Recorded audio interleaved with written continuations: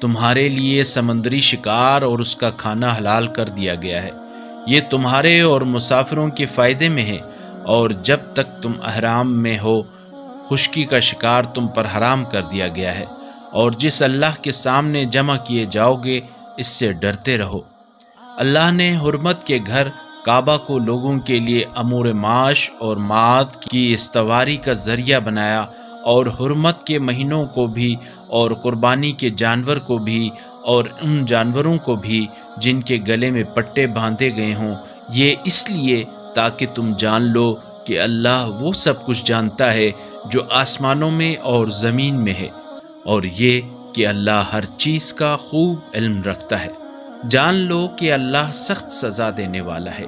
اور بڑا بخشنے والا، رحم کرنے والا ہے۔